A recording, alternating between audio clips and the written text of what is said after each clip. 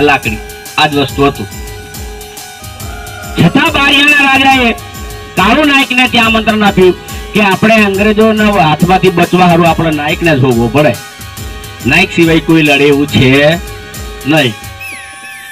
એટલે કાળુ નાયકને થઈ ગયા તો પેલા નાયક ઘોડો રાખતા એમ કે છે, ઘોડો પણ રાખતા. આપણે રાજા રૂપસિંહ નાયકને ત્યાં તો હાથી પણ હતા એમ કે છે. હાથી હતા, ઘોડા હતા, ઘણી સામગ્રી હતી. તો એવી રીતના એ ઘોડો રાખતા હતા. ત્યારે તે બારિયાના જે રાજા હતા એના સૈનિકો થઈ ગયા અને કાળુ નાયકને આમંત્રણ આપ્યું કે તમને રાજા બારિયામાં બોલ્યા છે અને અંગ્રેજો સામે યુદ્ધ કરવાનું છે અને આપણા વાળા તૈયાર થઈ જાય હમણાં હો. એમ જો શિક્ષણનું નામ લીધું છોકરા નહીં ભણાવે, પણ કઈક મોકલો ને કે 100 રૂપિયા મજૂરી તું જાણ કલાકે લઈ મોકલી જ દે. આપણે વાળો નાયક કોઈ દિવસે પાછો પડે નહીં. ગમે ત્યાં ને આગળ થોડુંક થાબડી નાખે કે ભાઈ તારા આ જ કરવાનું, હમણાં કરશે, તમે થોડાક દિવસ રાહ જુઓ ને. ફરિયાદી બધાને ખબર છે આપણા ઓમ જ, આપણે કદ્દેની ઓમ જ.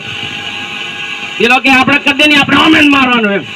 એટલે તમને બધું જ હાલ દે એવું છે. થોડાક જ દિવસની વાર છે, ખાલી 10 જ દિવસની. એટલે આપણે વાળો ઝંડો લઈને ચાલુ. પણ પાછળ શું થાય છે તે વિચારો પહેલા.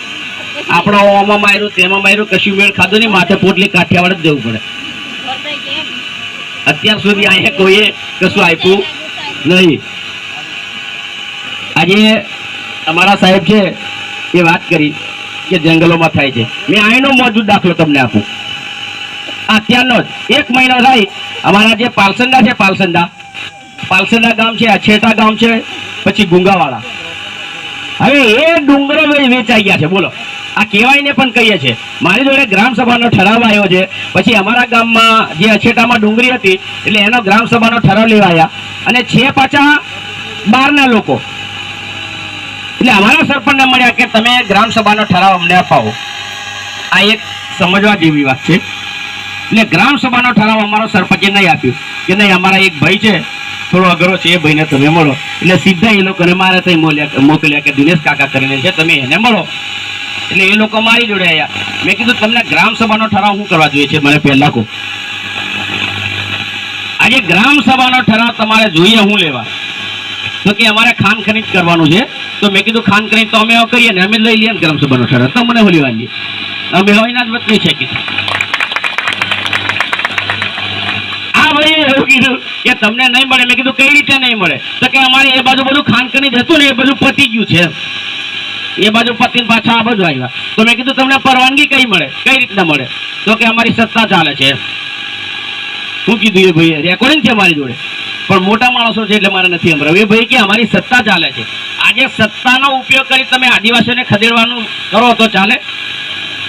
આ પહેલા અંગ્રેજોના શાસનમાં આ જ ચાલતું હતું.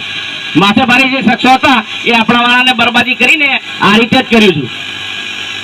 પછી મેં સરપંચને ફોન કર્યો. મેં કીધું સરપંચ સાહેબ તમે મારી જોડે ખોટો મૂકેલો, મારે તો કોઈ હોતો જ નથી, મેં તો નાનો માણસ છું, મેં તો કોઈ કાર્યકર્તા છું. 12 માસે પોટલી મજૂરીએ જાય અને શેઠી હેરાન કરે, તઈ જઈને મારું પૈસા આપવાનું કામ એ જ છે. આપણા વિડીયો બધે ચાલુ છે બધી જગ્યામાં.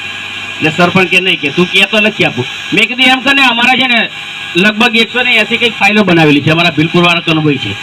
તો બધી જંગલ જમીનમાં તો ગ્રામ સભાનો ઠરાવ મેળ દે. એને મળતી હોય મને ખરાબ મને કીધું લખી હાલ કીધું સરપંચ.